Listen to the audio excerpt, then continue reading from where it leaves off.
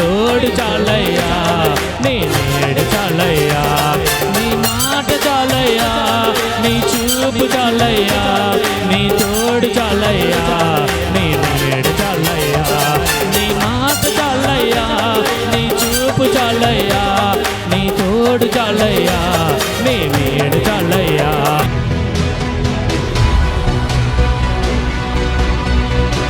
అనేక రకాలుగా ప్రజలను గలిబిలి చేస్తూ ఉన్నారు. గలిబిలి బోధలు ఎక్కువైపోయాయి.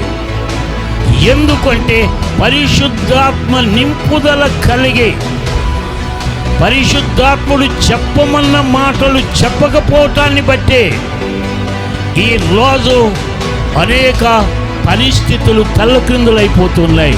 ఆయన మీ మీద ఒక శ్రద్ధను చూపిస్తూ ఉన్నాడు. ఈ రోజున నువ్వు అనుకుంటా ఉండవచ్చు, నా భర్త నా మీద శ్రద్ధ చూపించట్లా, నా భార్య నా మీద శ్రద్ధ చూపించట్లా. ఎందుకంటే రోజు చూసే మొఖాలేగా, అందుకని. నా పిల్లలు నా మీద శ్రద్ధ చూపించటల్లా, ఎవ్వరూ నా మీద శ్రద్ధ చూపించటం లేదు అని ఈ రోజున నువ్వు బాధపడుతున్నావేమో. ఈ రాత్రి నీకు శుభవార్త ఏంటంటే నీ మీద శ్రద్ధ చూపించే దేవుడు ఒక ఆయన ఉన్నాడు. ఆయనే నజరేయుడైన యేసు.